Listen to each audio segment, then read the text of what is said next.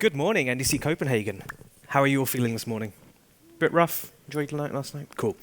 All right, we're going to talk about MCP with .NET, and more specifically, introducing MCP to your .NET applications safely and securely today. So, a little bit about me. I'm Callum. I'm a Microsoft MVP for developer technologies, an Umbraco MVP as well. Umbraco is an open source .NET-based CMS based out of Denmark, and it's awesome. You should check it out.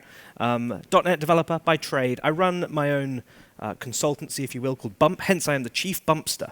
I came up with that title, so recruiters couldn't find me on LinkedIn, and it did not work. I get to speak at events all over the world, and I'm very happy to be here today. I also organize a couple myself. I'm on all kinds of social media at that handle, LinkedIn, Blue Sky, unfortunately still Twitter. So please keep in touch there, and yeah, let's dive in. So what the hell is MCP? I'd like to get to know you a bit better. So by show of hands, who in here has heard the term MCP? Cool, great. If you'd asked that question 6 months ago, there'd have been 0 hands. And I feel like MCP has kind of taken over the world in recent months, with every company rushing out to go and introduce MCP for their product. Even my bank actually now has an MCP server, so I can query and find my balance, etc. Kind of crazy. What is MCP? Well, I asked ChatGPT this question, and ChatGPT told me it is a Minecraft control panel. If anyone's here to listen to a talk about Minecraft control panels, I'm sorry to spoil your day. It's not that. Instead, we're going to be talking about the Model Context Protocol. What is Model Context Protocol? Well, this is a standard, effectively, a de facto standard that's been adopted by all these various AI platforms for connecting connecting an LLM or another AI platform with an external data source to provide functionality or to feed that data into that AI platform.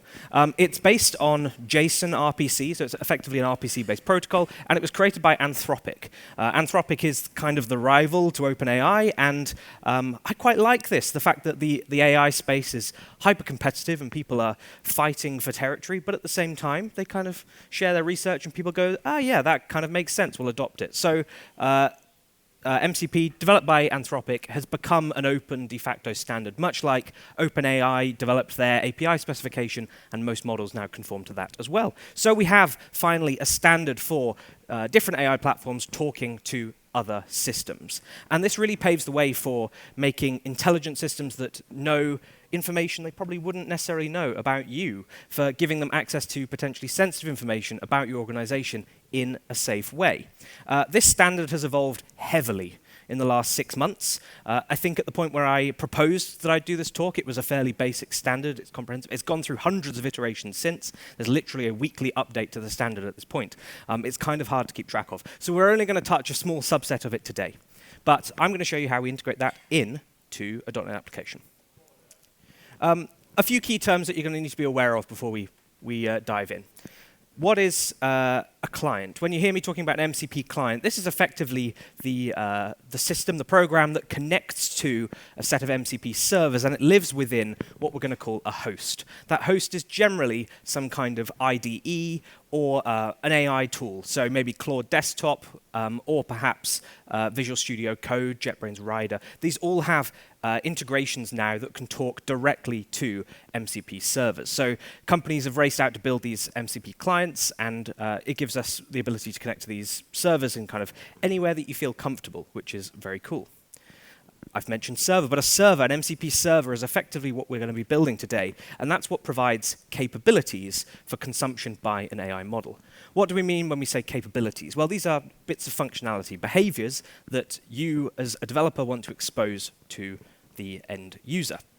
The 4 most common capabilities in MCP are tools, prompts, resources, and elicitation. Elicitations are fairly new.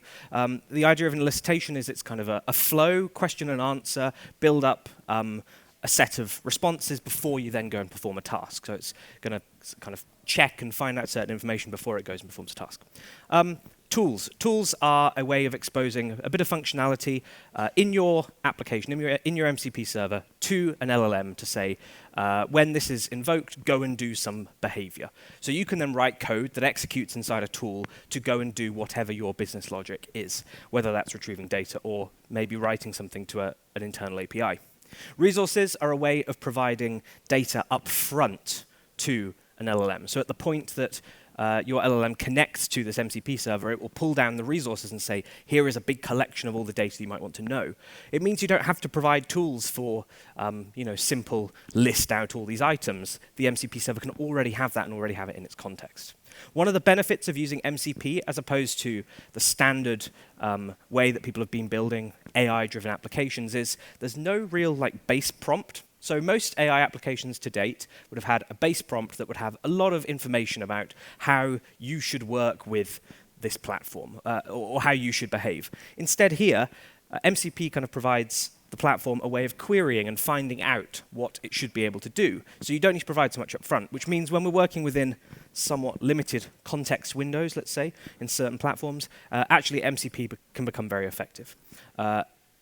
That said, every time you register a tool or a resource or a prompt, that's going to give some instructions to your MCP client to say, here's how you interact with me. And if you load too many of those, then you can reach some problems. I think Claude, maybe the free tier of Claude has a limit of 200 tools being able to be loaded at the same time. Feels like a lot, but when every platform under the sun is now releasing an MCP server, it's maybe not that many.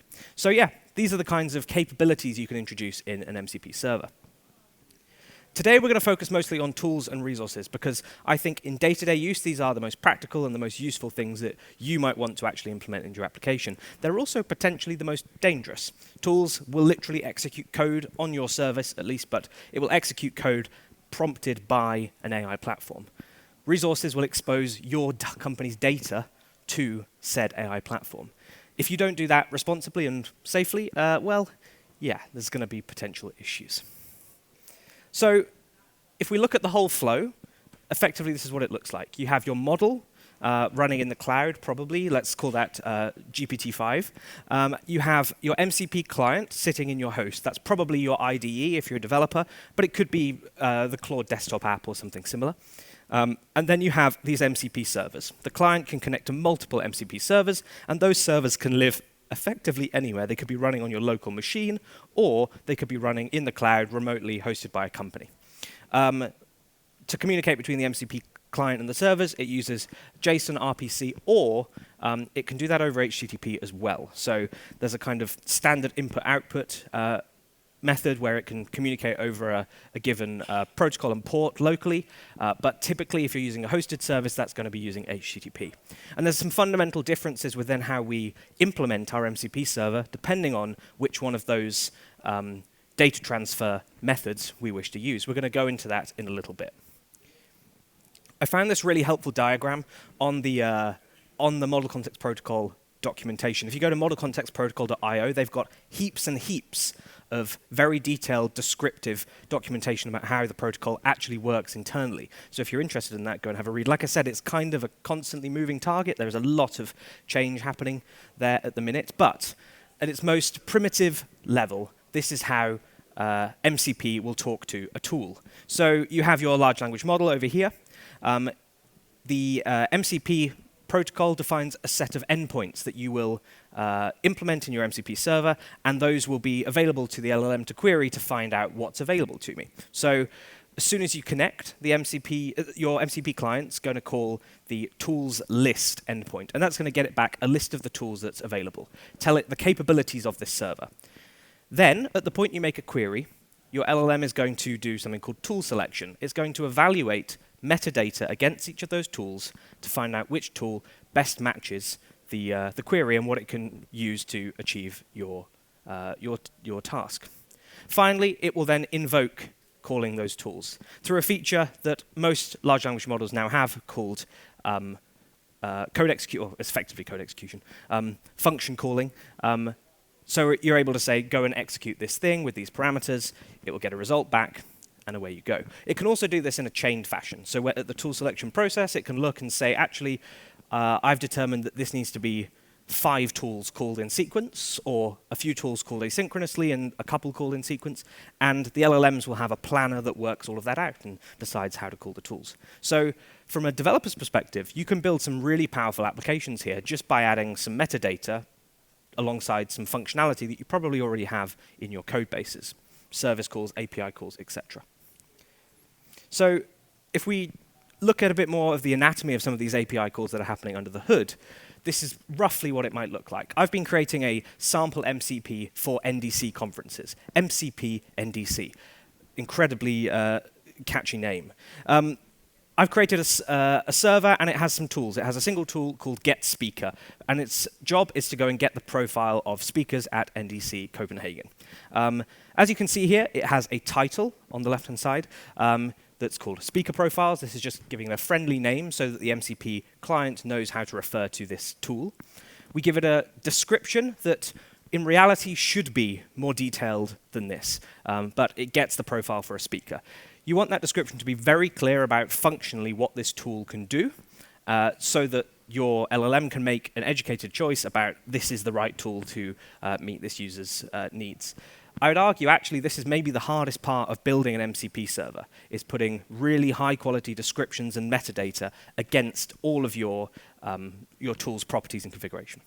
Finally, you can say that there's a bunch of required input fields that are needed in order to run this. So in my case, my getSpeaker tool takes in the name of a speaker, and that's a required field. So you provide that to your MCP client, and the MCP client can decide to call this whenever it feels. To make that call, it will then call off to the tool's call endpoint in the protocol. It will say, I'm calling a tool with this name, getSpeaker, and I'm going to pass in my arguments, which is my name in this case. And then finally, it returns a response that is with a type text, and it's got some text in there as well. Very, very basic, primitive example. We'll actually look at this in practice in a bit more detail. Thankfully, because MCP has been developing this wide range of SDKs for your chosen programming language, you don't need to know about any of this. It's actually all buried away very cleanly behind simple API calls in your language of choice. And in my case today, that's going to be C#. I mentioned everyone's been racing out to go and implement MCP servers, but some of the big providers have been doing this, and these are probably my 3 favorite MCP servers that I've been using of late. The GitHub MCP server, the Playwright MCP server, and the Puppeteer MCP server. There is also in most of the MCP clients a file system MCP server option, where you can create your own MCP servers for specific paths on your file system. So not the whole file system, but you'd restrict it down to a certain folder, and you can then ask questions about the contents of those files to go and find you certain things. Really helpful when you've got a bunch of code and you trying to understand a code base. This is fantastic. The Playwright MCP server is great for building what I think has been coined semantic testing, where you can effectively, in human language, describe what a test needs to be, and then Playwright will go and build you an automated test for that and execute it. So you can say, on this web page, I would like to validate that the text has changed from this to this, and it will spin up a browser in memory, and it will go and check exactly that. Fairly cool. Puppeteer, similar concept. The GitHub one is something that's actually had a bit of publicity. There was a security issue with that meant I think someone managed to inject a comment onto a repo, onto a pull request onto a repo that they didn't have permission to do. But effectively, the GitHub MCP allows you to connect your GitHub account and then ask questions about things that you have access to in GitHub. So issues, pull requests, and code. Highly powerful, especially if you're working in a big organization and finding things can be tough. So go have a play with these, I'd recommend. All right, let's get down to the good stuff. MCP with .NET. We'd like to build our own MCP server. And as I said at the start, we want to do this in a safe and responsible way. You might be looking at all of these protocols and these specs. Maybe you've checked out the model contextprotocol.io site and you've gone, this looks a bit overwhelming. Well, I'm here to tell you, don't worry, it's not.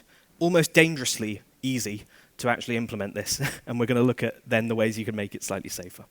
So today we're going to use 2 key tools for achieving our goal. That is the Model Context Protocol SDK. There is a .NET SDK. This was built by the community, in fact, and then forked by Microsoft and taken forward, and it's now actively maintained by the core AI team.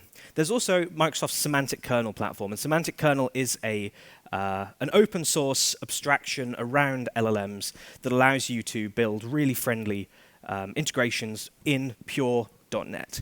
This means you don't have to worry about the underlying LLM that's being used, you just work with the abstraction. We can use both of these things, actually, to create our MCP server in .NET. I'm now just going to jump to a bunch of code because I think that's most interesting. Is this zoomed-ish enough? It's going to restart. Is this zoomed-ish enough for people? Bit more? Cool, we can do that when it boots up again. Okay, I will just start it from here.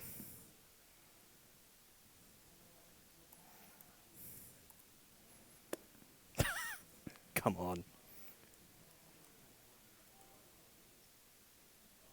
Of course, I made sure this was running just before we started, and it's decided to go to sleep. We'll give it a second. So, yeah, as I said, we're going to use .NET today to build a sample MCP server. I've created my NDC MCP, which is going to be for doing question and answers about NDC Copenhagen and other NDC conferences. It's very simple, it's very primitive, it's purely there to show you kind of how you might integrate external data sources that you control. The beauty of this approach is because it is, as you'll hopefully see in a second when this boots up, as it is fairly vanilla C# code, you can literally bring anything you have, internal services, internal API calls, and make those in the code that you'd be regularly familiar with. Is that zoomed in enough now? We're up and running again. Great, thank you, everybody. So, I have created a .NET project, and in my .NET project, I have installed, am I on the right branch? I am on the right branch. I have installed created a project called mcp.server. And in this, I have installed two dependencies, the Microsoft Extensions hosting, that just means that I can make an API in this case, and the Model Context Protocol SDK. The Model Context Protocol SDK is in preview currently, so you'll have to use pre-release versions, but from what I've seen, it's fairly stable and works quite well. So the anatomy of an MCP app in .NET is fairly simple. If we go to our program CS, I'm just going to collapse this slightly. There we go. If we go to our program CS, we have a fairly typical program CS here, which has at the top our host builder, and then after that we can call add MCP server to our builder. And from that, that's actually going to do everything that's needed to register a basic MCP server. After that, we can have a bit of more control over how our MCP server works and what's included. First and foremost, for this demo, we're going to use this standard I/O, so standard input-output server, rather than HTTP, because I'm just building a local MCP server here. It's something that only I'm going to connect to. It's fine for it to run over the standard I/O. We've also called this with tools from assembly and with resources from assembly. What that's going to do is it's going to scan over my code base and find all instances of a class that are decorated with a certain attribute to indicate, hey, I am an MCP tool. And that's essentially all the configuration that was needed. If we jump into my tools folder over here, you'll see I have created a conference tool. And I'll just collapse the data so you can see this a little bit more. It's a static class. The MCP SDK requires static classes, unfortunately. But I decorate it with this MCP server tool type. That indicates that this class is to be used for hosting MCP tools. You cannot declare a MCP server tool in a class without that attribute decorated. And then I've introduced some functions, and those functions have a little bit of logic that will go and generate either a random list of conferences, or it'll go and find an upcoming conference and return the date. You'll see my data up here has a bunch of NDC conference names and then a date as a string. So my getRandomConference method here has this MCP server tool attribute above it, which indicates this is a tool, and the MCP server, when it starts up, will scan and load that in as a tool. It then has this description. I mentioned earlier how important these descriptions are. This is what your target AI platform will use to determine whether this tool meets the requirements of the user's request. So give this as detailed a description as possible. You can do multiple lines of description even, especially for more complex applications. So I have my two methods, random conference and upcoming conference. This is some very simple C# logic. It's doing read-only stuff, and yeah, that's it. If we look in our speaker tool, you'll see I've gone slightly further, but similar concept. We have a list of speakers and their bios, myself, Dylan, Lars, Rendell. And we also have a dictionary here for speaker ratings. And this actually is an example of where we can start to use state and mutate state in our MCP server. So I have a function that will go and get the speaker, get the biography of a speaker, but also a function that will get a list of ratings and allow us to rate speakers, and then return an average score for those speakers. Okay, so essentially that's all that's needed to build an MCP server. A couple of classes and register something in Program CS. Let's see how we can actually get this set up in VS Code directly and start using this in real time. So VS Code, like most other IDEs, now has a lot of AI integrations, and they have MCP integrations also. You're able to register your own, connect your own MCP servers purely through the extensions tab, or you can go up to the control panel, control plane, and go MCP add server, and it takes you through the process. So you can select, oh, I want to add it from this command using standard I/O, or connect to a remote server, connect to a whole bunch more. Today I've created one already, just to make sure we're set up ahead of time. That's this .NET MCP service. If we look inside the configuration, you'll see all this is doing, effectively, is calling .NET Run on my class library that I've created. It's not doing anything fancy at all. So I can go to here, and I can hit Start Server. And that will boot up. Let's just close the pane there. You can see at the bottom, hopefully, it said it's discovered 5 tools. It's now up and running. So that's running inside VS Code, my MCP server. I'm just going to turn off the warnings as well, because we don't need to see those. Right, so how do we now interact with this? How do we start asking the NDC MPC some questions? I can go to the chat window in VS Code, and as long as I'm in agent mode is what's used by VS Code to delegate things to MCP, you can start asking questions. It knows the connected MCP servers, and we can ask it a question. So we could just say, choose me a random conference. Now, if you remember, we had a tool that's job is to just choose a random conference. And hopefully, yeah. So the first time it's going to do this, it's going to ask me if I'm sure and kind of show me the exact API call that it's about to make. Let's just expand that a bit more. I'm just going to say we always want it to allow that. So you can now see that it's effectively looked at the tools and decided that, yep, there is a tool that matches that. It's identified my random conference MCP tool running on my .NET MCP server. It's built out a query that it's going to run, and it's come back and it said, hey, your result that was returned was NDC Sydney. So it's chosen a random tool out of the dictionary. That's .NET running on my machine, or at least in this case in a code space. It's not gone off to the internet to do any of that. It's purely interfacing between the descriptions I've provided for what my tool does and whatever the LLM has capabilities to do. Let's do another one again. Bit demanding, I should have said please. Azure Dev Summit, that's coming up next month. So it's, yeah, you can see kind of executing stuff as we ask for it. Let's ask for some more things. So we could say, when is NDC London? Now, in this case, that's obviously taking a parameter, and it's taking the parameter of name of the conference, NDC London. You can see it's determined, yep, we can call the upcoming conferences MCP tool, and this is the data that we need to pass in. I'll allow it, and we'll let that run, and yep, it's come back and it's got the date. I think VS Code is actually really annoying here. I'll take questions at the end, if that's all right. I think VS Code is really annoying here in asking for permission every time. It shouldn't have to, and when you do this with Claude and others, it doesn't ask permission. So I'm not quite sure if there's a setting in my VS Code or something that's making it do that, but it's kind of annoying. But anyway, this is executing the MCP server locally on my machine.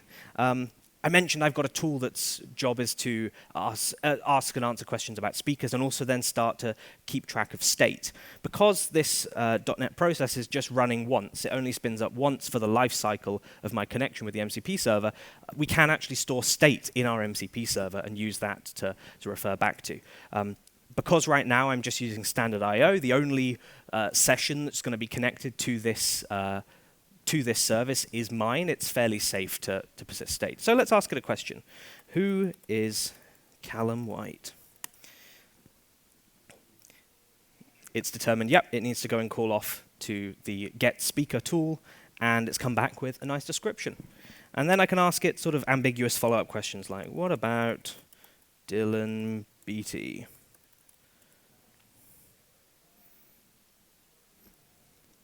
Again, it's done the same thing. We can start to chain requests and do some more fun things, especially with state. So let's say we will score Callum 5 stars, nothing less. Yep, we'll allow that. Very annoying. It's identified our rate speaker, and it says I've been rated 5 stars. But let's go for a slightly ambiguous query now. We could say rate Callum 4. I'll be humble. Rate Dylan 5 and rate Lars Clint 5. Would help if I could type, wouldn't it? Right, we'll let that run. So what it's now going to do is determine that I've made 3 requests here that need to be chunked up into their own individual calls to the tool. And it's going to do that. So it's called rate speaker 3 times in a row. And it's now said to me, yeah, we've updated those ratings for you. So I can ask a follow-up just to check that our state has actually been persisted and say, give me the summary of speaker ratings. And it's going to call my speaker ratings, get speaker ratings tool, and it's going to return an average list of all the ratings that we've persisted. So hopefully that should be 4.5 for me and 5 for everybody else. Yeah, lovely. So there you go. That's a really simple, quick example of maybe 100 lines of code that is not really doing anything MCP specific. And actually, we've got a really interesting example working in our application here. I mentioned earlier about Semantic Kernel, and so where does Semantic Kernel come into play here? So far, we've just used the MCP SDK, which is kind of separate from Microsoft's whole AI abstractions. So Semantic Kernel gives us very similar functionality. They have this idea of plugins and filters that allow us to build our own functionality just using a different abstraction. And it's possible to then expose those abstractions also to our MCP server to say, if we've already got an existing semantic kernel application with our own tools in there, I just want to reuse those. I don't want to rewrite. I don't want to use the Model Context Protocol SDK instead. The other benefit of semantic kernel is it hooks onto the dependency injection container in .NET, which means we can do far more advanced things. We're no longer restricted to using static classes where we can't inject stuff.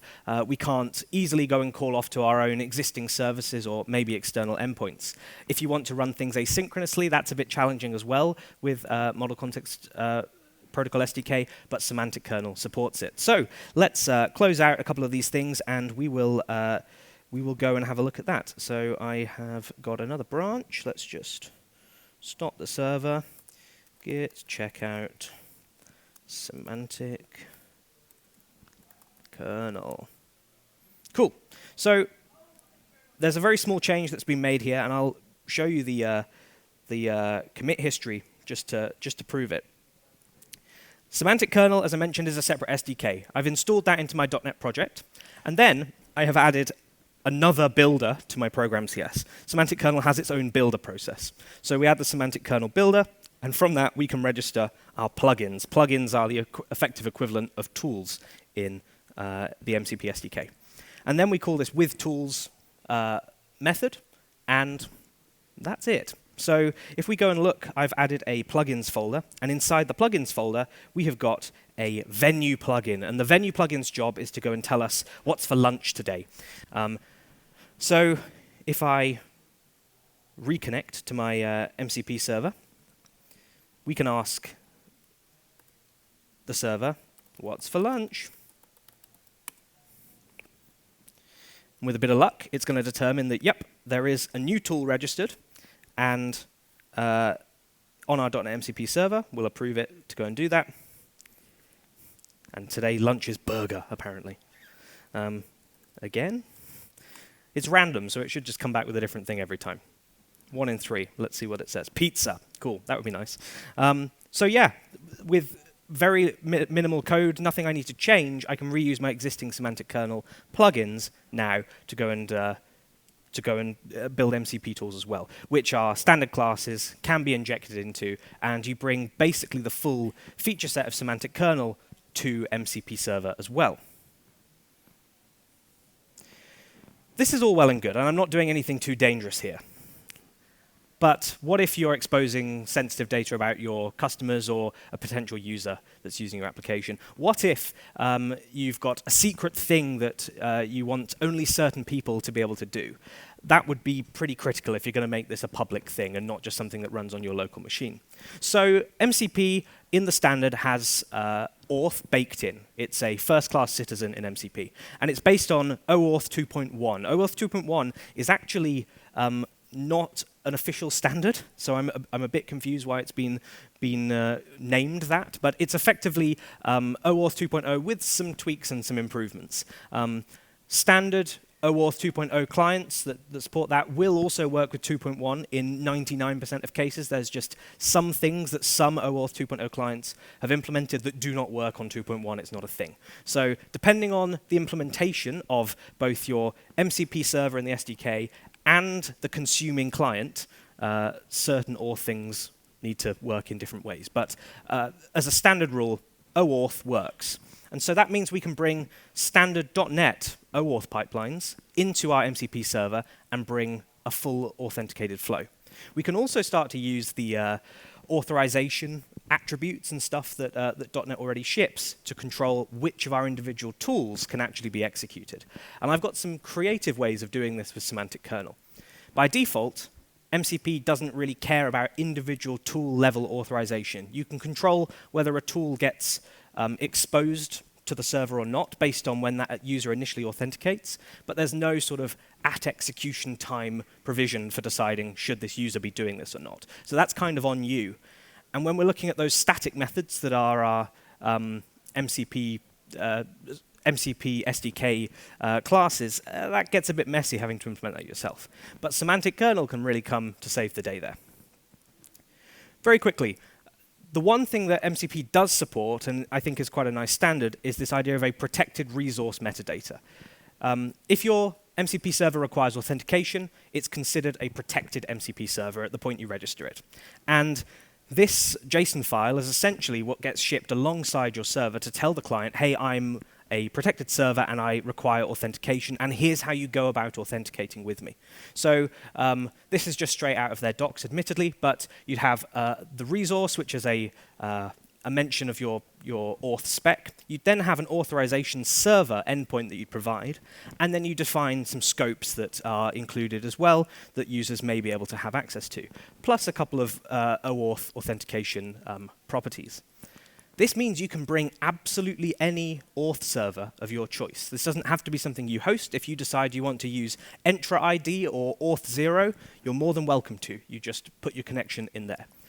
The MCP clients are then responsible for authenticating against that server and making sure that when you configure your MCP server in the MCP client, that you provide any credentials you need for that client to go and authenticate for that service. So it could just be your Azure credentials if you're using Entra ID, for example. Let's look at that in practice. So I have, as I mentioned, implemented Semantic Kernel and the let me just check this out. I'm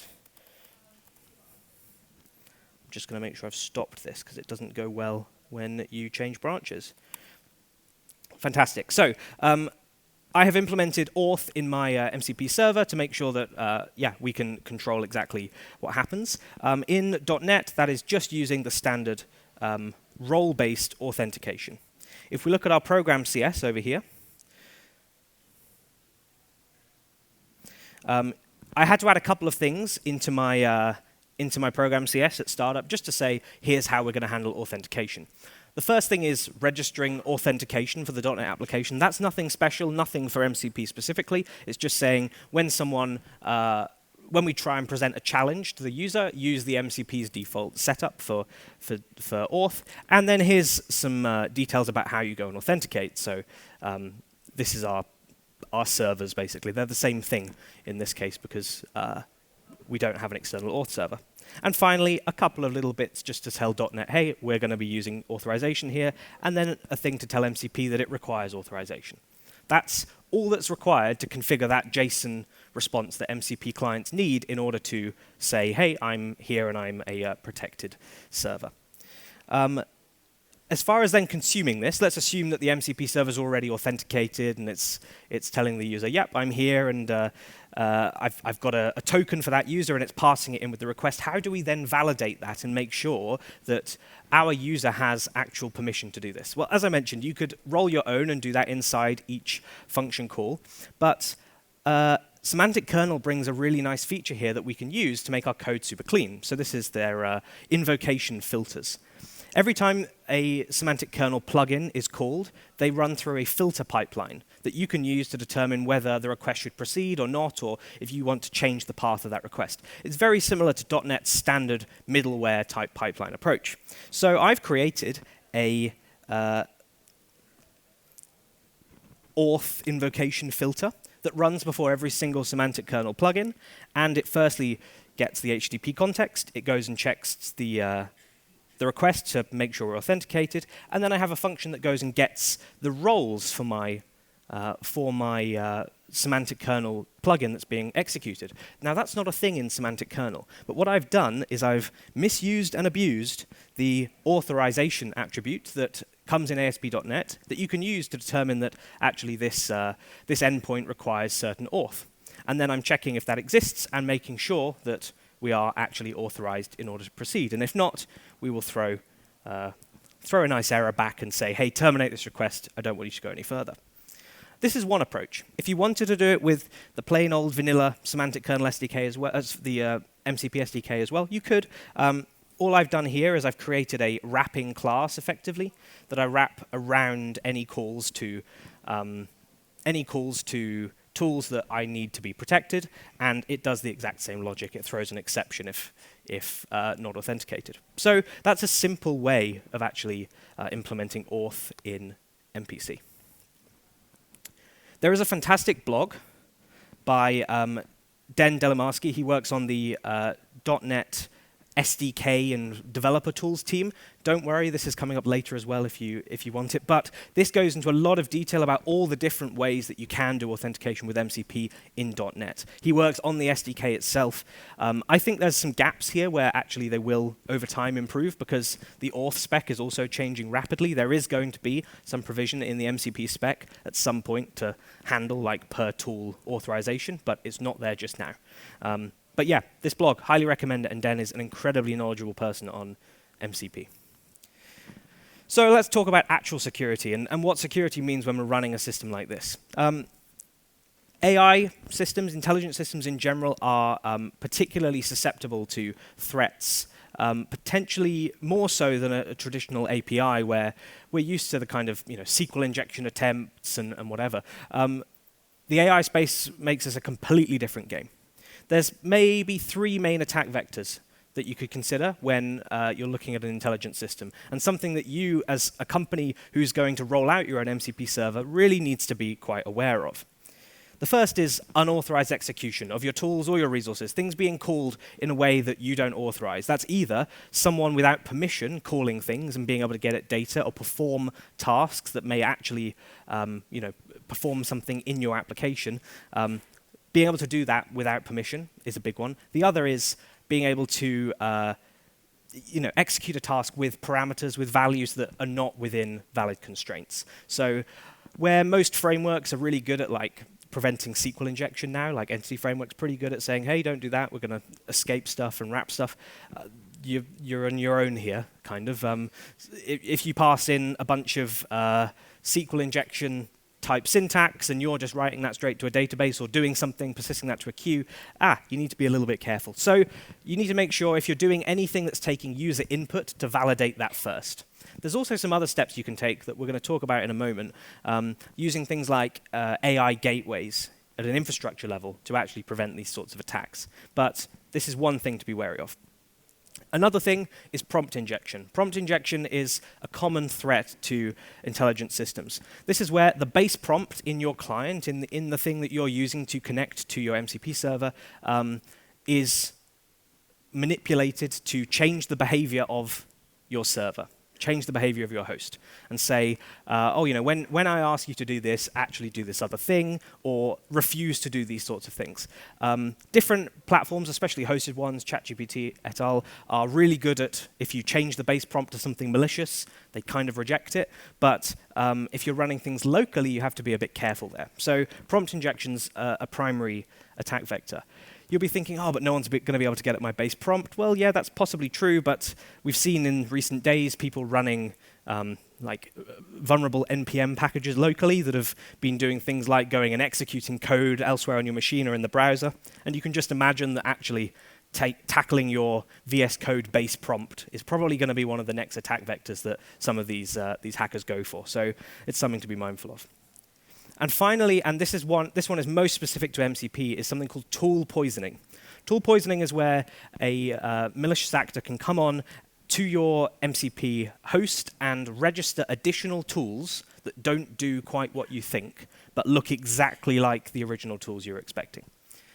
This is something like my get speakers endpoint, and its job is to go and get a list of speakers from the data that I've provided. Instead, they register a prompt that has a better description that better matches the purpose of that endpoint, that does something completely different. It might, go off, get some malicious data, inject some data into your machine, that sort of thing, then you're kind of stuffed because you're trusting whatever your MCP host is going to do, whatever it's going to call, you believe it's the best thing. There is a way to sort of prevent this, which is don't just blindly trust every tool that is registered in your MCP host. Feels kind of logical, right? But VS Code has a really nice way for different extensions to ship their own MCPs and to ship their own MCP tools. But that means if an extension gets attacked and updates, you've potentially got tools that have been automatically added into your MCP host that are going to do things you're not expecting. So one way to do this in VS Code is when you're executing a tool, you can actually select the tools that you want to run by default. So they've got a whole bunch of built-in tools, and you can see here Azure Load Testing, Azure Resources, GitHub has registered as a bunch of its own stuff. If I just want my MCP tools to run and only want those to run, then you can opt out of everything and even just opt into individual tools as well, which is super handy. So select that, say, yeah, I don't want you to run absolutely anything else, only those tools, is probably the safest thing you can do. Oh yeah, we'll talk about gateways, shall we? No, we'll talk about that in a minute. Scaling. So if you're going to take your MCP server and say, yep, this is ready for the real world, we want to run this in production, we want our end users to be able to connect to our service from their MCP client of choice and say, here is our MCP server, there's a few things you need to consider. First and foremost, I mentioned before, the default and the recommended way of interacting with MCP is to use the standard input-output, which is locally hosted over a local port. You aren't going to be able to do that if you're going to put this on a public service. You have to go over HTTP. It's still going to use JSON RPC, but it's going to be over HTTP. To do that, you need to make sure that you've got a system that can scale for production loads. You've got to make sure you've got a system that can be monitored to make sure it's healthy and make sure that people aren't making malicious requests to your system. So we're going to look at two tools today to make that possible. We're going to take .NET Aspire, which is Microsoft's new framework for building distributed applications, and it's really, really easy to get up and running. And we're going to look at Azure's API management tool. Both of these, I would say, are a fantastic way to get your local prototyped MCP, our NDC MCP we've created locally, and just get that deployed in the cloud, running in a safe and secure way. .NET Aspire is going to help us with the deployment and the tracing aspects of this. And whilst Azure's API management, which is probably badly named because it's this all-encompassing tool that does everything now, you could call this an AI gateway. And the AI gateway's job is responsible for defending against malicious requests. It's responsible for caching where relevant. It's also responsible for things like rate limiting and load balancing should you require as well. So let's have a look at how we do this in practice. I'm just going to close out a couple of things here. I have a specific branch that we're going to jump to. It would help if I could get my terminal open. Git checkout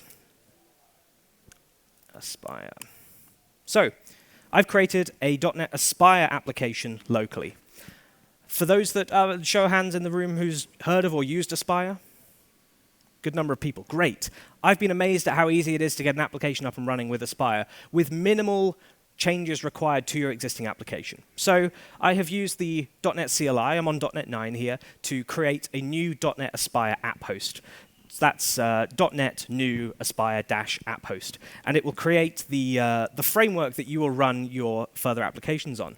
We can then take our existing MCP server code base that we've created and tell our app host, hey, I'd like you to run this. And Aspire will then take that, containerize it, package it up, and run it as its own process separately that we can manage and monitor directly with Aspire. To look at that, let's just jump into our apphost.cs, and you can see in here that I have added a project called MCP server, which references projects.mcp server. If you look at the CS proj, you'll see it's been added as a project reference in there to do all that it needs to do.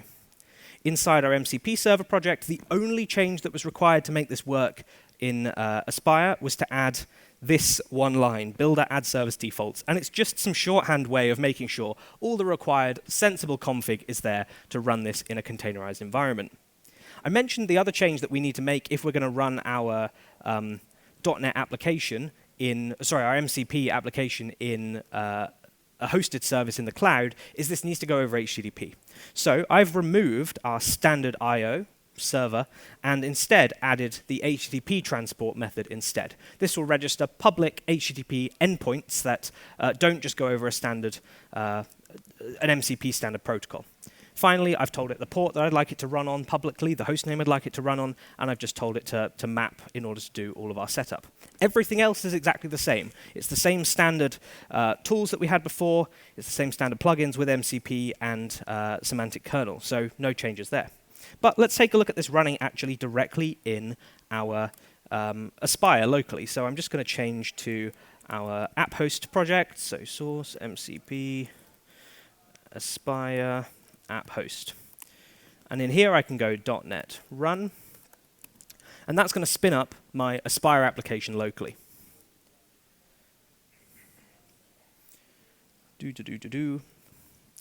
Brilliant. Give it a second to just provision the dashboard as well. There we go. Gives me a nice protected link I can go to open in a new tab my Aspire dashboard. With a bit of luck, this is spun up. That's not what I clicked, was it? Let's do that again. There we go, that worked. Fantastic. So the Aspire dashboard's loaded, and you can see I have a service registered in Aspire for the MCP server. And it's healthy, it's up and running. With 3 lines of code and configuration, I've got a distributed version of my MCP server running. If we jump back to VS Code over here, we can actually have a look at the MCP servers we had, and I've created an Aspire MCP server. Unlike before, where our MCP server connected over the standard I/O ports, now we just connect over a local hostname. This could be a hostname in the cloud, should you wish. We set our host type to be our server type to be HTTP. We give it a URL, and away we go. Let's just connect to that server and show you exactly what happens. You can see it's already discovered we've got 7 tools like we had before. And when I connect in chat, let's just start a new chat session here. We can ask it a question like, who is Callum Whyte?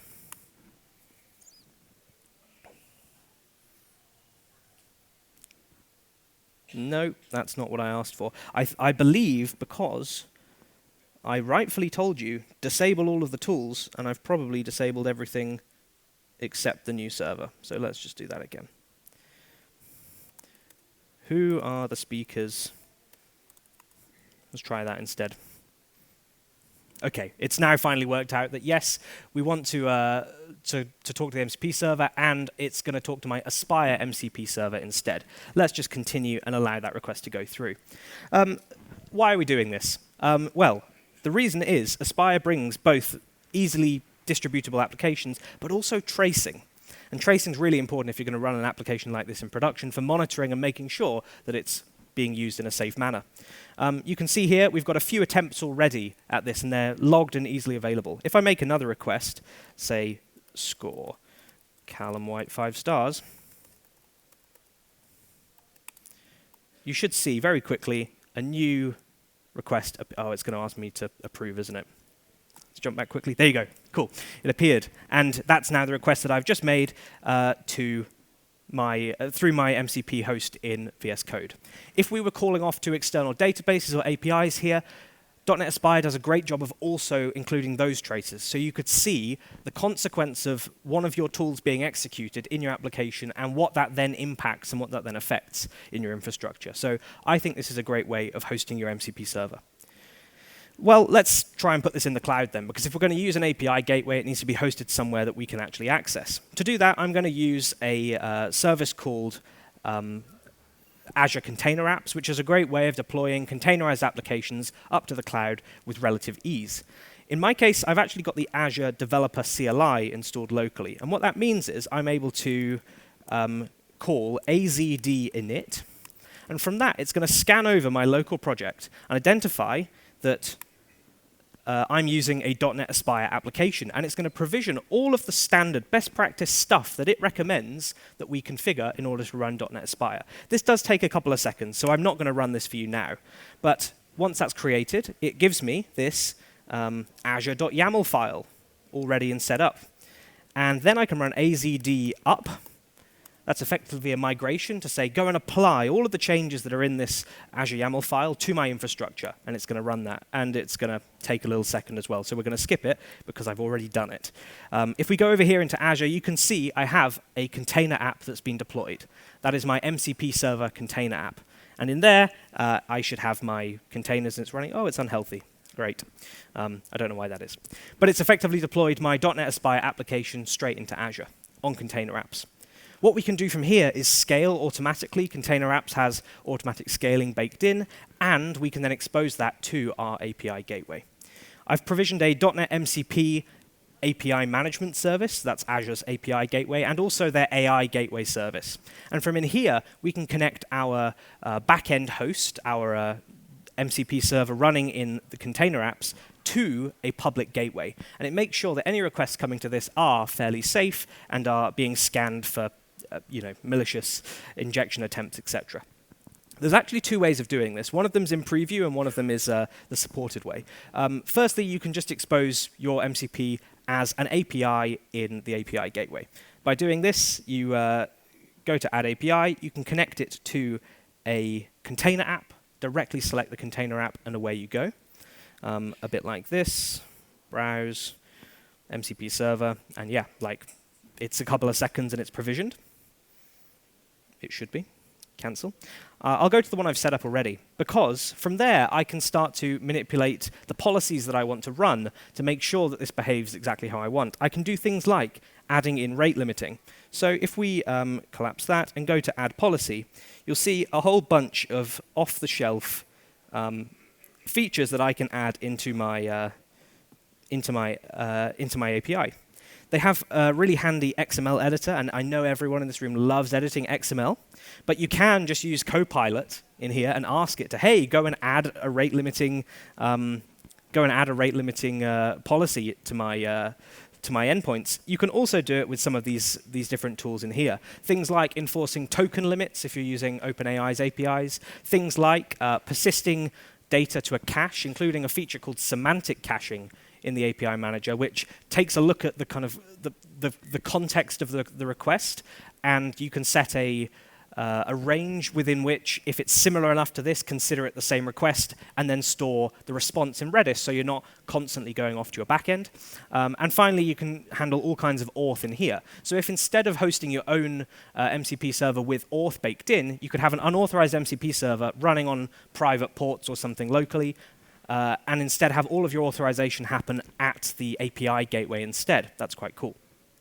An alternative approach, and this is in preview as I mentioned, is the the Azure AI Gateway now has MCP servers baked in. This is twofold. You can create your own MCP server without writing a single line of code, just exposing APIs that you already have mapped and set up in API Gateway, and they handle auth and all of those things I just mentioned for you. Or you can host your MCP server behind the AI Gateway, register it this way, and they set up all of those policies in a sensible way for you as well. This is on the basic V2 and upwards tiers, so if you're running a other gateway, you might have to wait a little bit before they're available on those tiers. But yeah, this is a really powerful way of integrating MCP into Azure. I've given Den a plug already, but I'm going to give Den another plug. Den has done another amazing blog post about hosting remote MCP servers securely with Azure AI gateways with API management, and also using Entra ID for auth. So there's an alternative way of doing this, and that's all documented on Den's blog. So just to recap the recipe we've discussed here, to build a simple .NET-based MCP server in the safest way possible, you're going to create a new .NET project, you're going to use the Model Context Protocol and the Semantic Kernel SDKs. You don't have to use Semantic Kernel, but it's nice. I think it brings those filters and some nice additions there. You're going to add OAuth 2.0 for auth, and that's just the standard .NET OAuth that you're used to using in your other applications. You can use an external auth provider, or you can just use .NET's built-in provider. I suggest you use .NET Aspire for your deployment ease and for tracking and tracing of requests, especially if you're connecting to external backend systems or APIs or services, because it's really going to help you identify where your requests are going, or if they're failing, why they're failing. And then finally, make sure you put an AI gateway probably in front of any of these services if you're going to deploy them publicly. Azure's API management is really good for that. If you're in AWS or elsewhere, there's similar products too. But this is important for security and really for production readiness. Finally, if you're going to use these locally, I highly recommend you only use trusted servers and only use the tools that you intend to use, both from a security perspective, but also if you're using a platform that restricts the number of tools you can use. The more tools you have there, the slower it'll be, because it's going to reason over all of them. So yeah, the best experience will be just handpicking the tools that you need to use. Some great news as of about 9 hours ago, ChatGPT dev mode in preview supports MCP as well. So you can connect ChatGPT to your different MCP servers. But Claude Code, VS Code, JetBrains Rider, all those IDEs as well have supported MCP for a long time. So you can go and play with this yourself, get connected, and hopefully have some fun safely. The 3 links I've mentioned already, the 2 links I mentioned already, plus an additional one. This is the Microsoft Learn Getting Started about .NET and MCP. It's a great guide, a good launch point for you to find references to basically everything I've showed you today, and some other really helpful community articles as well. And then there's the 2 articles there from Den. I'll leave those on the screen for a little moment so people can take a picture. 5, 4, 3, 2, 1, gone. Cool. Thank you very much, everybody. I'm Callum. I'm on GitHub, Twitter, LinkedIn, Blue Sky, that handle. I'll be around for the rest of the conference. It'd be lovely to chat. Thanks for coming.